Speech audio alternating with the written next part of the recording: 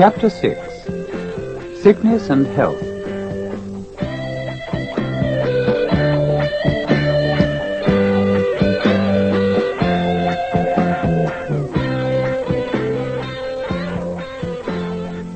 Section 1.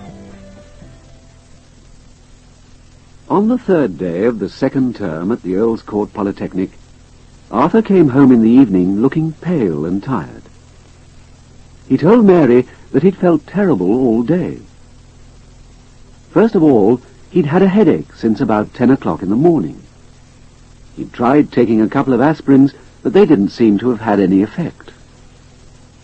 He'd also had a cough for several days, and now his chest felt painful. He couldn't remember feeling as bad as this. He didn't want to do anything. All he wanted to do was to go to bed, and this he did. Mary felt his forehead. It felt hot, as if he'd got a temperature. She thought he must have caught flu, so she went into the kitchen and made him a warm drink. When it was ready, she brought it in to him, but poor Arthur was asleep. She put an extra blanket on the bed and went back into the living room. She tried to read for a bit, but she couldn't concentrate, as she was worried about him.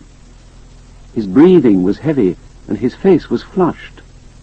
She couldn't remember having seen him looking as ill as this. She remembered that he'd forgotten to take his overcoat with him that morning, although the weather had been cold and windy. And he'd had a cold ever since New Year's Eve, when they were at her parents' in Middleford. The next morning, Arthur was no better. Before Mary went to work, she rang up the doctor and asked him to call at the flat. She told Arthur that she would come home for lunch. This was no problem, as her office was only just round the corner. She told Arthur to try and keep warm and to drink as much as possible. At 12:15, there was a ring at the doorbell, so Arthur staggered out of bed, put on his dressing gown, and made his way to the door. It was Dr. Dixon, the local GP. The first thing the doctor did was to make Arthur go back to bed. Then he stuck his thermometer under his tongue. When he took it out, he exclaimed, "You've got quite a temperature there. Now, let's examine your chest." Dr. Dixon produced his stethoscope from his bag and started listening to Arthur's breathing. Finally, he said, "I'm afraid you might be suffering from pneumonia. You'd better go into hospital. That is, if I can manage to get you a bed. May I use your phone?" At that moment, Mary arrived back. Section 2. The National Health Service in Britain was set up in 1948, shortly after the end of the Second World War. Its aim is to provide free medical treatment for all patients who wish to take advantage of the service. However, it's still possible to obtain private medical treatment, and in this case the doctor charges a fee. To say that the National Health Service is free is not entirely true.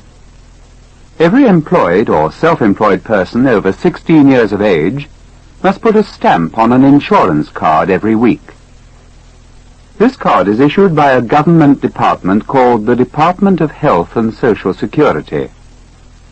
The stamp costs money, and the amount is constantly changing.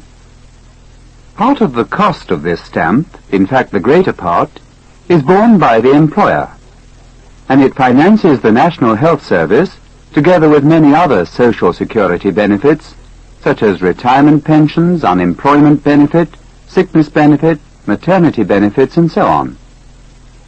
At present, except for children under 16 and old-age pensioners, there is a standard charge for prescriptions for medicine. An expensive drug costs the patient no more than a cheaper remedy. This, except for nominal charges for dental treatment and glasses, is all that one has to pay. In order to participate in the health service, a patient must register with a general practitioner, usually known as a GP. Whenever he's ill or needs to consult a doctor for any reason, He will in every case go to see his GP. If the doctor feels that the case needs more expert help, or the use of greater resources than are at his disposal, he will give his patient a letter to take to a hospital, where more sophisticated treatment is available. Treatment and even food.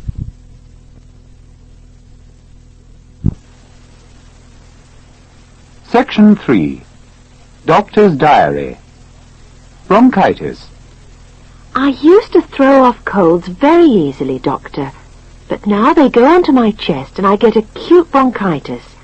Can anything be done about it? My daughter had a bad cold when she came to see me yesterday. I'm sure to catch it and develop a chesty cough. Did you have wheezy bronchitis when you were a child? Very often, but I grew out of it when I went to secondary school. And do you usually have a cough during the day, even without a cold? Yes, but I put that down to smoking, Doctor. Then we must consider this a case of chronic bronchitis. We believe a smoker's cough really indicates bronchitis. I explained that chronic bronchitis takes many years to develop. It's so common in this country that it's referred to as the English disease by people abroad. Cold, damp weather and dusty occupations play a part in its occurrence, as do cigarettes, but it also tends to run in families. Is there a cure, Doctor? As in so many other chronic complaints, we do not speak of cure, but we are confident the disease can be controlled. Be prepared to stay in out of rain and bad weather as much as you can. If you must go out in fog, cover your nose and mouth with a scarf. In cold, damp seasons, keep bedroom windows closed, especially at night, and doors open so warm, dry air can circulate. Avoid cinemas and crowded trains. Keep good general health and eat well-balanced meals. Poor eaters may need extra vitamins. Above all, do your best to give up smoking. Pay attention to the first signs of a cold. Keep warm indoors and watch out for chest tightness. I will prescribe antibiotic tablets as soon as these signs appear. Take them for at least a week. Roderick Wimpole. Dr. Wimpole regrets that he is unable to enter into correspondence with readers. Adapted and abridged from Woman's Own, 8th of December, 1973.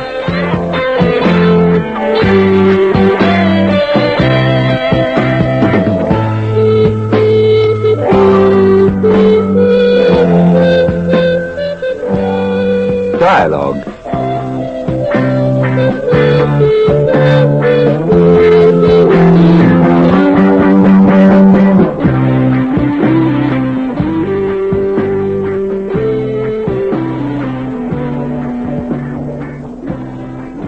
Excuse me.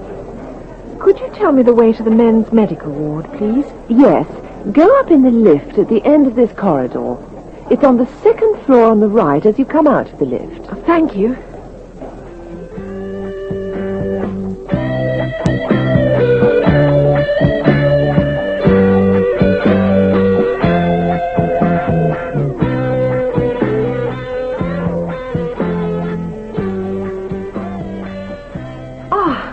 There you are, darling. Are you feeling any better now? Well, a little bit, perhaps.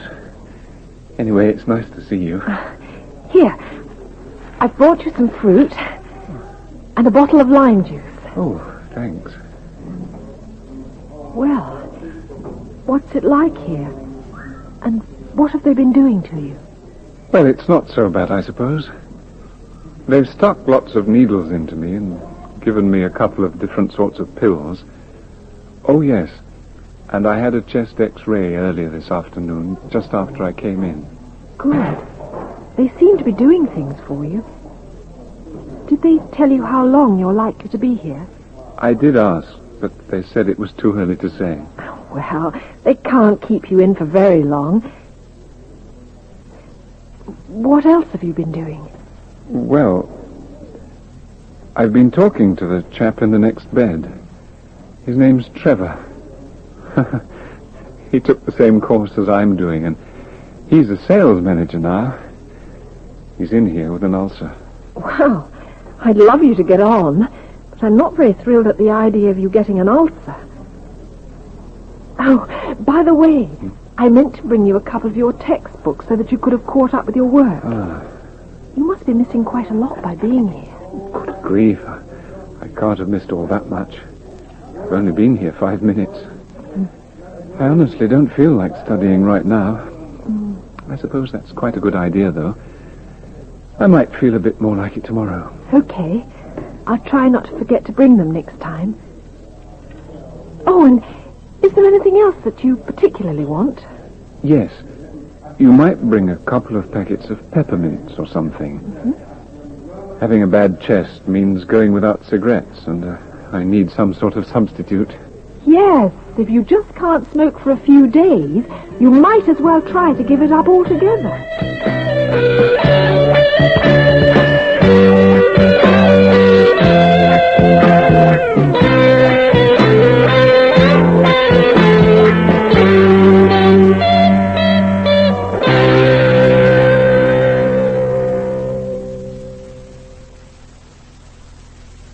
Oral Practice 1. Listen and repeat. A. Medical ward, please. To the men's medical ward, please.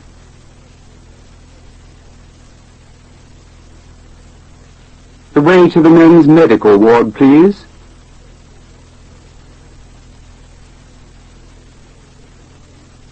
Could you tell me the way to the men's medical ward, please?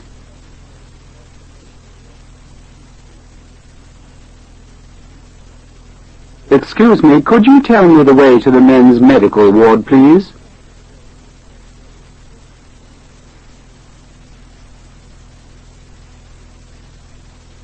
B. To be here? Likely to be here?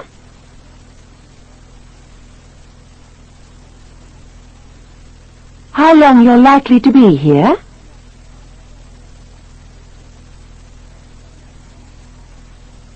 Tell you how long you're likely to be here?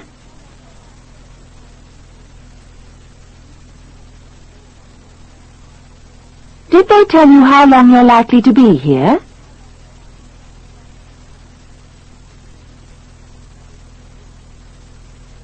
C. To say. Early to say. It was too early to say.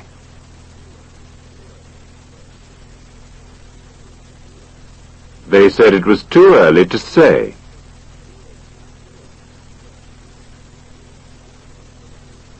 I did ask, but they said it was too early to say.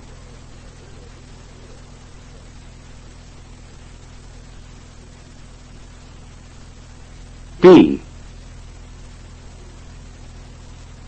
Being here? Quite a lot by being here.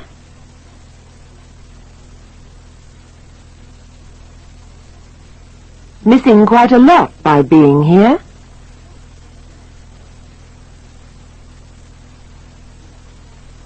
You must be missing quite a lot by being here.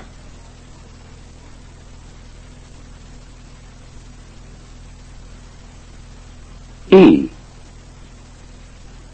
Tomorrow. Like it tomorrow. A bit more like it tomorrow.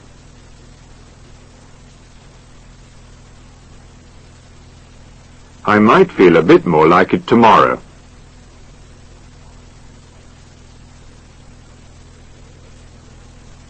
That's the end of Oral Practice 1. Oral Practice 2. You will now hear a dialogue in which you are going to take part. Listen, please. How are you feeling this morning, then? Any better? A little bit, thanks. But my chest still feels a bit sore. Well, your temperature's down to normal anyway. Could I examine your chest now? Yes. Shall I take my pajama jacket off? Yes, please do. Now take 1 or 2 deep breaths. Does it sound any better? Well, it's still pretty noisy. You'd better stay in bed for a bit anyway. How long do you think it'll be before I can get up? I don't really know exactly, but if all goes well, we should have you up and about by this time next week. But I don't feel too bad. Really, I don't.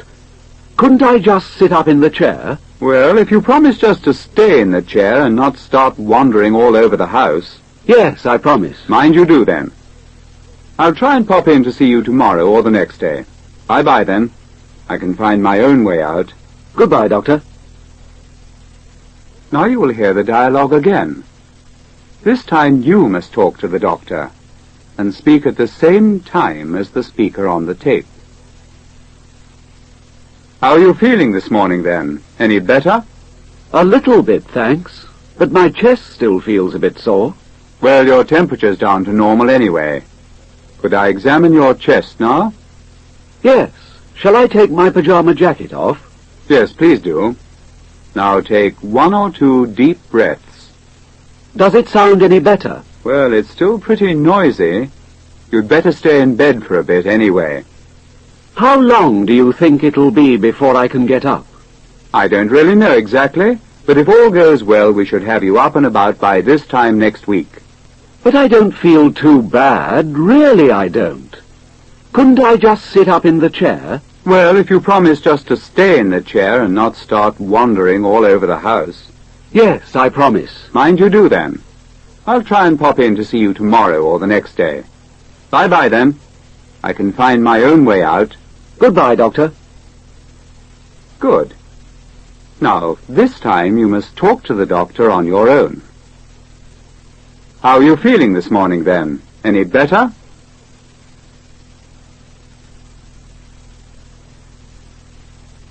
Well, your temperature's down to normal anyway. Could I examine your chest now?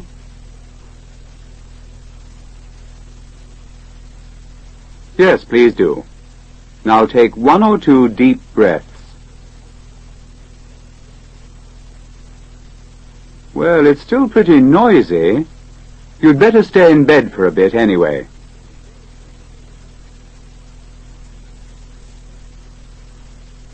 I don't really know exactly, but if all goes well, we should have you up and about by this time next week.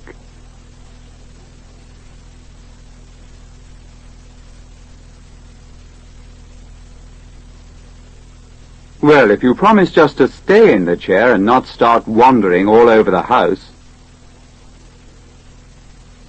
Mind you do, then. I'll try and pop in to see you tomorrow or the next day. Bye-bye, then. I can find my own way out. That's the end of Oral Practice 2. Oral Practice 3. Listen carefully to the passage. When you've heard it once or twice, try to answer the questions in your book.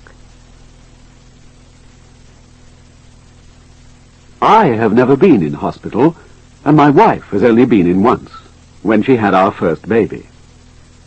The hospital where my son was born was in a suburb of London called Wimbledon, where we'd been living until recently. Shortly before the time my wife went into hospital, we'd moved right across to the other side of London to Hackney. But unfortunately, there were no beds available in any of the Hackney hospitals. So when my wife's labour pains started, we had to take a taxi from Hackney to Wimbledon. When we arrived, the pains had stopped. My wife was put to bed, and the hospital promised to ring me at home when they started again. Not being able to afford another taxi, I went home by public transport.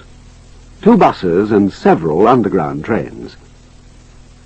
5 minutes after I arrived home, the telephone rang. It was the hospital. Would I come immediately? I put my coat on again, it was midwinter and snowing heavily, and went back to Wimbledon. 2 more buses and 3 more underground trains, and got there half an hour after my son was born. When I saw his ugly, wrinkled face, I wondered if my journey had been worth it, though I soon changed my mind. That's the end of Oral Practice 3. Oral Practice 4. Listen, please. Norman isn't here. Do you think he's forgotten about coming, or is he ill? Well, I know you think he must have forgotten about coming, but I think he must be ill. Well, I know you think he must have forgotten about coming, but I think he must be ill. I wonder why the car's stopped. Are we out of petrol, or has the engine broken down? Well, I know you think we must be out of petrol, but I think the engine must have broken down. Well, I know you think we must be out of petrol, but I think the engine must have broken down. Now, you go on in the same way. Norman isn't here. Do you think he's forgotten about coming, or is he ill?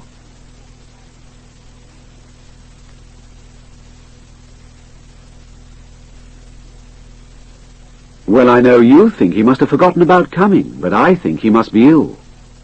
I wonder why the car's stopped. Are we out of petrol, or has the engine broken down?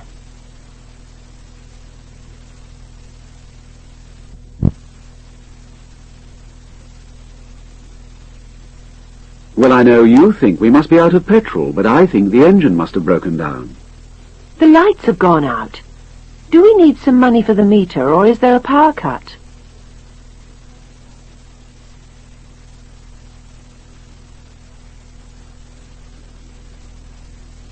Well, I know you think we must need some money for the meter, but I think there must be a power cut. Look at the way Paul's walking. Is he drunk or ill?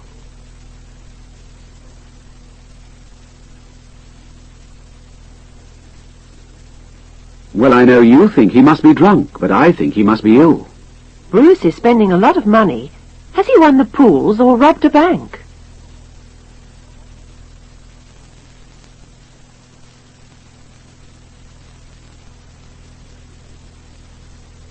Well, I know you think he must have won the pools, but I think he must have robbed a bank. Who's John with? His girlfriend or his sister?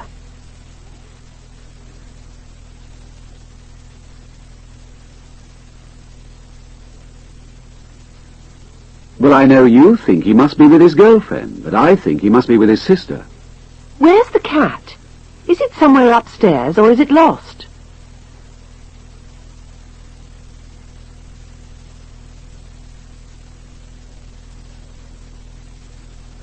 Well, I know you think it must be upstairs, but I think it must be lost. Did George or Harry write this letter, I wonder?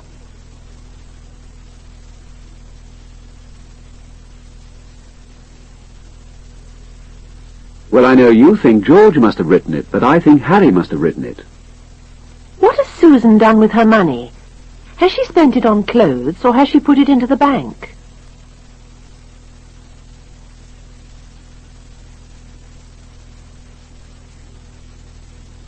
Well, I know you think she must have spent it on clothes, but I think she must have put it into the bank. What language are those people talking? Is it Russian or Polish?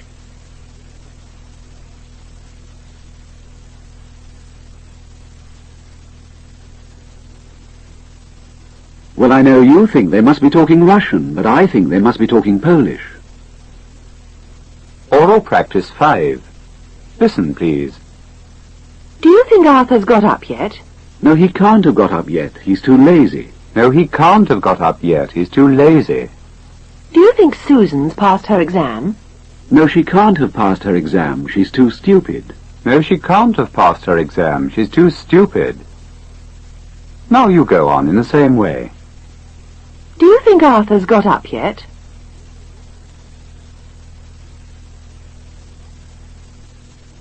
No, he can't have got up yet. He's too lazy. Do you think Susan's passed her exam?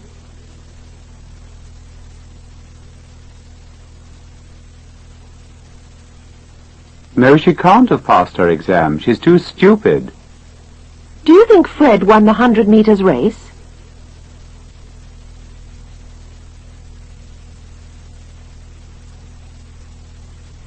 No, he can't have won the 100 meters race. He's too slow. Do you think Arthur has bought a Rolls-Royce?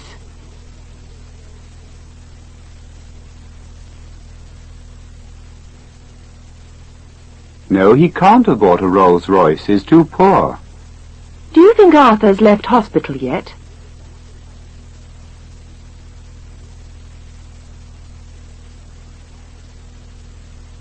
No, he can't have left hospital yet. He's too ill. Do you think Charles's daughter Diana's left school yet?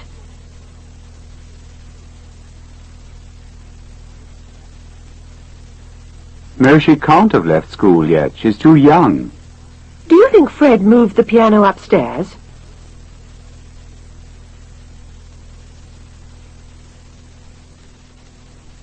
No, he can't have moved the piano upstairs. It's too heavy.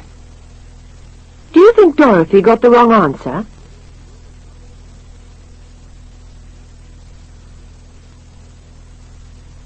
No, she can't have got the wrong answer. She's too clever. Oral practice 6. Listen, please. Do you think I should give up eating bread? Well, you can try giving up bread if you like. Well, you can try giving up bread if you like.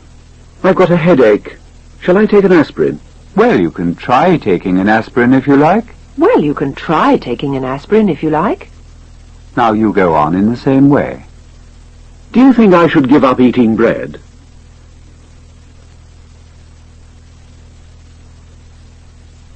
Well, you can try giving up bread if you like. I've got a headache. Shall I take an aspirin?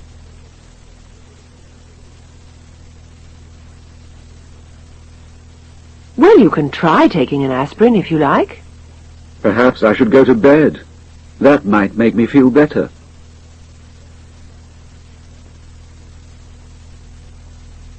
Well, you can try going to bed if you like. I can't find a girlfriend. Shall I write to a marriage bureau?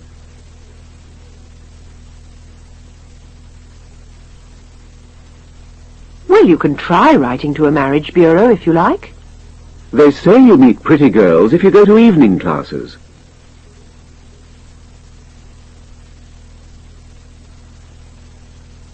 Well, you can try going to evening classes if you like. Perhaps if I asked Bob, he could find me one.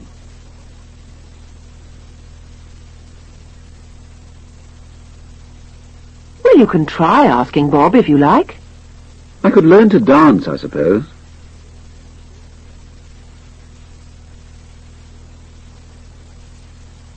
Well, you can try learning to dance if you like. I could stay a bachelor for the rest of my life, I suppose.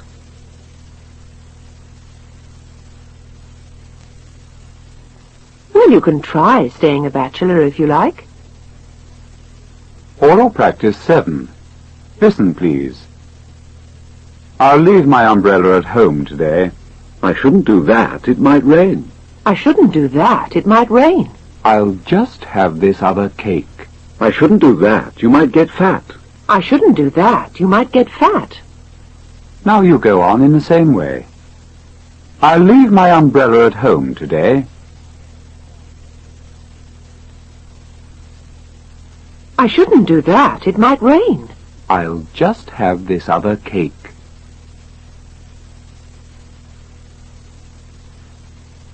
I shouldn't do that. You might get fat. I'll try and swim the English Channel.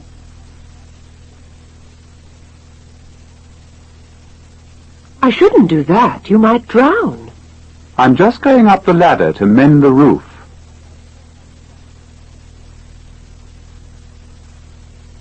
I shouldn't do that. You might fall. I'll put this money in my back pocket.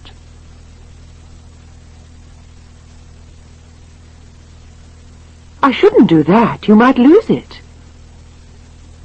I'll sharpen this pencil with this razor blade.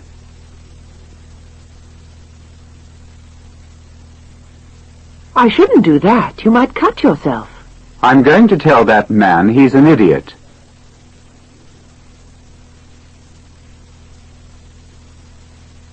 I shouldn't do that. He might hit you. I'll just have one more whiskey.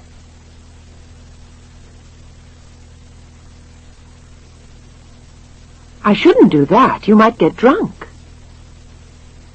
Oral practice 8. Dictation. Cover up the passage and listen, please. It is the custom to take chocolates or fruit when visiting a patient in hospital. Very often the patient is too ill to appreciate these, and so the visitors eat them themselves. Visitors are often fascinated by the radio or television in the hospital ward and spend the time listening or watching. One of the visitors may perhaps meet a friend who is also a friend of the patient's and spend the time talking with him instead of the poor person they have come to visit. This kind of situation is one that is often used to provide laughs for the theatre and on television. Now you'll hear the passage again, and this time you must write down what you hear. Stop the machine at the pauses. It is the custom to take chocolates or fruit when visiting a patient in hospital. Very often the patient is too ill to appreciate these, and so the visitors eat them themselves. Visitors are often fascinated by the radio or television in the hospital ward and spend the time listening or watching. One of the visitors may perhaps meet a friend who is also a friend of the patient's and spend the time talking with him instead of the poor person they have come to visit. This kind of situation is one that is often used to provide laughs for the theatre and on television. Now, here's the passage again. It is the custom to take